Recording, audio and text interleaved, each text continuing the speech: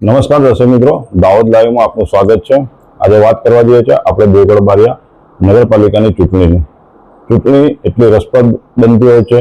તમામ ઇલેક્શન ચૂંટણીની નગરપાલિકાના હોય, સરપંચના હોય યા તો વિધાનસભાના ઇલેક્શન સૌથી રસપ્રદ બનતો હોય છે દેવગઢ બારિયા 134 વિધાનસભા। તો આજે આપણે 134 વિધાનસભા દેવગઢ બારિયા નગરપાલિકાની વાત કરવા જઈ રહ્યા છીએ।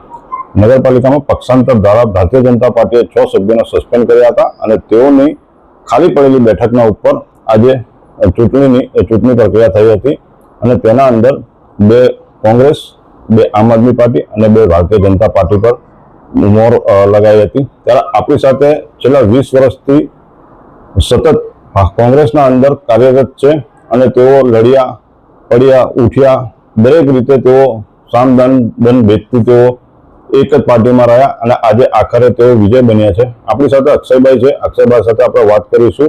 શું કહેશો અક્ષયભાઈ, આજે 20 વર્ષ પછી પણ આજે તમને એક જીત મળી છે?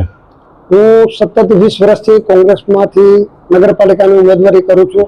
ચાલો ઇલેક્શનમાં પણ નગરપાલિકા જે અમારી પાર્ટીએ મને મેન્ડેટ આપીને મારા પર સંપૂર્ણ વિશ્વાસ રાખ્યો છે અને મને ટિકિટ આપી હતી અને એમાં આજે હું મારી મહેનતથી અને પાર્ટીની મહેનતથી હું વિજયી બન્યો છું।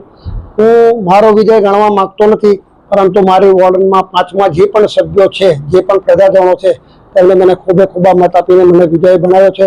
એ બદલ હું મારા વોર્ડ નંબર 5ના તમામ જે કાર્યકરો છે તેમજ લોકો છે જેને મને સાથ સહકાર આપ્યો છે એમનો ખૂબ ખૂબ હૃદયપૂર્વક આભાર માનું છું। બીજું મારે એટલું જ કહેવું છે કે આટલા નાના ઇલેક્શનોમાં જો 6 ધારાસભ્ય, 2 મંત્રીઓ, મોવડી મંડળો, અમદાવાદ, ગાંધીનગરથી લોકોને આવવું પડતું હોય આટલા નાના ઇલેક્શનમાં, એક સામાન્ય હું નાનો મંડપવાળો છું, મંડપવાળાને હરાવવા માટે જો આટલા બધા લોકો આવવું પડતું હોય તો પાર્ટી માટે, ભાજપ પાર્ટી માટે આ શરમજનક વાત છે। એટલું જ મારે કહેવું છે। હવે અક્ષયભાઈને આપણે એક સવાલ છે કે તમે વિજય થયા, પબ્લિક માટે શું કહેશો અને વિજય થયા હવે આગળની તમારી રણનીતિ શું છે? અત્યારે ચાલુ નગરપાલિકાના ભાજપની કારોબાર એમની સત્તા છે અને એમને જે કામો નથી કર્યા એના માટે અમારે પાસે લોકોની ઘણી રજૂઆતો હતી કે આ લોકોએ આ કામો નથી કર્યા। એ કામોને અમને અગ્રિમતા આપીને કામો પૂરા કરવાની કોશિશ કરીશું અને જે પણ પ્રજાજનોનું કામ હશે અમે સંપૂર્ણ વિશ્વાસથી પૂરા કરશું એવું અમે લોકોને આશ્વાસન આપીએ છીએ। આ હતા અક્ષયભાઈ સુતાર, જેઓ પ્રજાએ ખૂબે મત આપીને જીતાડ્યા છે અને એ આશ્વાસન આપી રહ્યા છે કે હવે પ્રજાએ અમને 20 વર્ષથી પ્રજાએ મારો સાથ છોડ્યો જ નથી અને હું પ્રજાની વચ્ચે છું, પ્રજા મારી સાથે છે, તે પ્રકારના તેઓ કહી રહ્યા છે।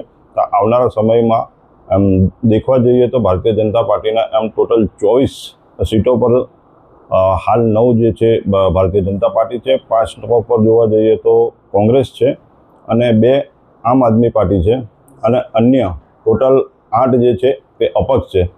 હવે આ સરકાર કઈ તરફ વળવા જઈ રહી છે અને કોની સરકાર બનવા જઈ રહી છે અને કોના સરે તાજ બંધાય છે પ્રમુખનો, તે હવે આવનારો સમય બતાવશે।